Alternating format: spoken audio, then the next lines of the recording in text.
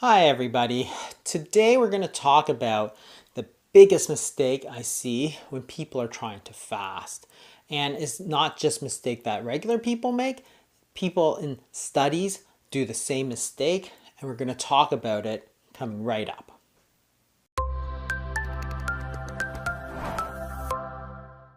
What's the biggest mistake that I see? Hands down, the number one mistake is eating too much when you start eating again. So let's think about what fasting is. When you don't eat for a period of time, say you're only eating one meal a day. So by dropping those few meals, what you want the body to do is switch fuel sources. Remember that when you're feeding, your insulin goes up and you tell the body to store food energy, which is calories. You store those calories as body fat. When you fast, you allow the insulin levels to fall, and that's the signal for the body to start using some of those stored calories because nothing's coming in from your mouth. So you're still having a so-called caloric deficit when you measure what you eat compared to what you burn. But so what? That's the whole point of fasting. Suppose your body is normally burning 2,000 calories a day and you eat one meal a day. And in your one meal, you eat 1,000 calories. You are in a caloric deficit because your body is going to have 1,000 calories from your food, and it's going to take 1,000 calories from the stores of body fat to make up those 2,000 calories. And that's the reason why your body doesn't need to lower its metabolic rate, because it's allowed to take the calories out of storage. If you're keeping your insulin levels high by constantly eating, even if you eat 1,000 calories, if your insulin levels are high, you cannot access the calories in your body fat. It's like having money in the bank, but the bank is closed. You can't get the money out. So if you are taking 1,000 calories in, but your insulin level's high, then your body can only burn 1,000 calories. And that's when people notice that their metabolic rate starts to fall. We went over it in last week's video about the most important concept in weight loss, understanding that the hormones are really the key. The most important hormone is insulin, and fasting is simply a way to allow that insulin levels to fall so that when you are having a caloric deficit, that you're able to make up that deficit from your body fat stores. Just like the bank that's closed, you're allowing the bank to open so that you can take out that stuff that you stored in. So some people sometimes ask then, hey, well, couldn't you achieve the same result by just cutting a few calories every day and eating 6 times a day? And the answer is no, because if you're constantly eating, then your insulin levels stay high and your body fat simply cannot give up those calories that it has stored away. In physiology, what we say is that insulin inhibits lipolysis, which is just a fancy way of saying that if your insulin levels are very high, you can't burn fat, because when the insulin levels are high, that's the signal to store fat, not burn fat.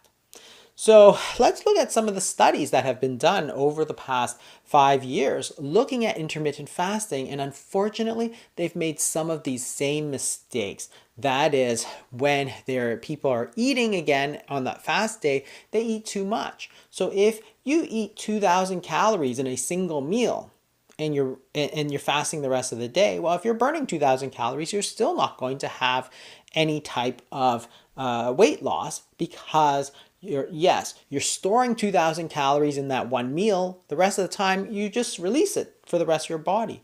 So practically, when you want to fast, what you want to do is tell people to eat, for example, one meal a day. Then on that meal that they're eating, try and eat as normally as possible. You have to reframe your mind and say, look, when you skipped breakfast, when you skipped lunch, you want to take that meal out of your body fat, and therefore your dinner meal is going to be as normal as possible. Yes, you may eat a little bit more, but you shouldn't be eating all of the calories that you would normally eat a day. You shouldn't be eating the equivalent of your 3 meals plus snacks all in one sitting, because that's not going to let you lose weight. So let's look at some of the studies. In 2017, there was a study published in JAMA Internal Medicine, which was a randomized controlled trial. And it looked at two groups of people and randomly assigned them to either fasting or it was assigned to continuous calorie restriction. So the fasting group had a fast day where they were only eating 25% of their calories. And then on their other day, they were going to make up by eating 125% of their normal calories. The other group used daily calorie restriction, which was 75% of normal. So they were eating about 1,500 calories every single day. So the two groups were really matched for calories, but one was taking it sort of all in one day and then trying to overeat the next day.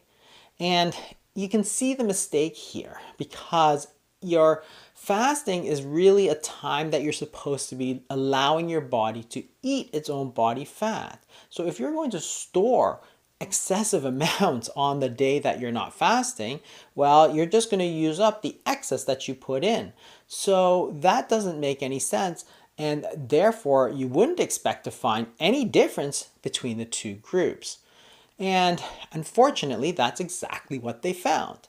But the conclusion they came to was that the alternate day fasting diet was not superior to the daily calorie restriction diet with regard to adherence, weight loss, or weight maintenance. And the problem is that the way they did the fasting in this study was not the way that you would fast in a weight loss clinic. In a clinical setting, I would never tell somebody to, deliberately eat more than you really want to eat on the days that you're not fasting. Why would you do that? That makes no sense. You're going to store those calories, you're going to gain weight. There's nothing magical about the fasting period. It's a way for you to switch from burning the food energy to burning the fat energy that's carried in your body fat. So you do have to allow your body to eat the meal from its body fat. So if fasting is a good alternative to allow you to create the situation where your insulin is falling and you're able to release body fat calories, then hey, why does it matter? The key is to understand that you have to eat normally when you do resume eating and not try to overeat. And they made much the same mistake in this more recent study, which was just published, also in JAMA Internal Medicine. And it also was a randomized controlled trial of 141 participants. And they used a 16-8 fasting protocol. So they would eat for 8 hours of the day and fast for 16 hours. And the two groups were not just different in terms of their fasting period, but unfortunately, they also made the mistake of allowing them to eat so-called ad libitum in the fasting group. Ad libitum is a Latin term which means essentially eat whatever you want. So the group that was in the fasting could only eat during 8 hours, but in that 8 hours, they could eat whatever they wanted. They could eat as many times as they wanted. They could eat ice cream and cookies and brownies if they wanted to. That was the study. The control group, on the other hand, had 3 structured meals a day, in which case they were actually making sure that they're having balanced meals.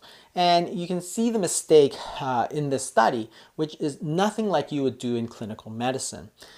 There's 2 real issues here in weight loss. One is the foods that you eat. You can't be eating cookies and brownies if you want to lose weight. Like, everybody knows that.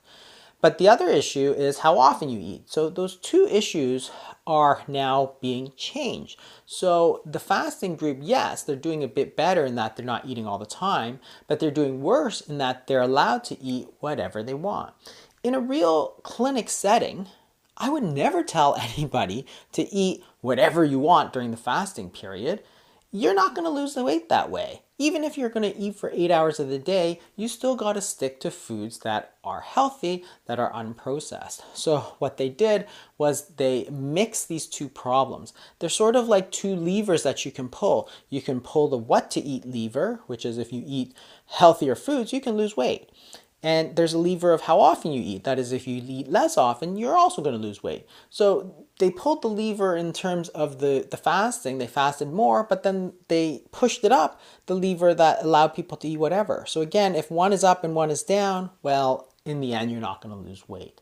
So unfortunately, that's the problem with this study. And once again, if you're just to look at the structure of the study, you would also say, well, I don't think you're going to lose weight. If it was me, somebody asked me, hey, can I eat 8 hours a day but eat whatever I want in those 8 hours? I'd say, no, you're not going to lose weight that way. You have to not only watch what you're eating, but also how much, how often, and how much, and what it is that you're eating. Those are all important factors. The bottom line is this. When you're fasting, the number one mistake is to think that the fasting allows you to overeat in that time, either too many calories, or it allows you to eat whatever you want in the period of time that you're not fasting. Those are not going to allow you to lose weight. You still have to watch the foods that you're eating and how much you're eating. Cutting the eating window down is an effective way to allow your insulin levels to fall so that you can eat normally in that window and allow your body to fuel the rest of it through the body fat stores of calories that you have. And that's the number one mistake.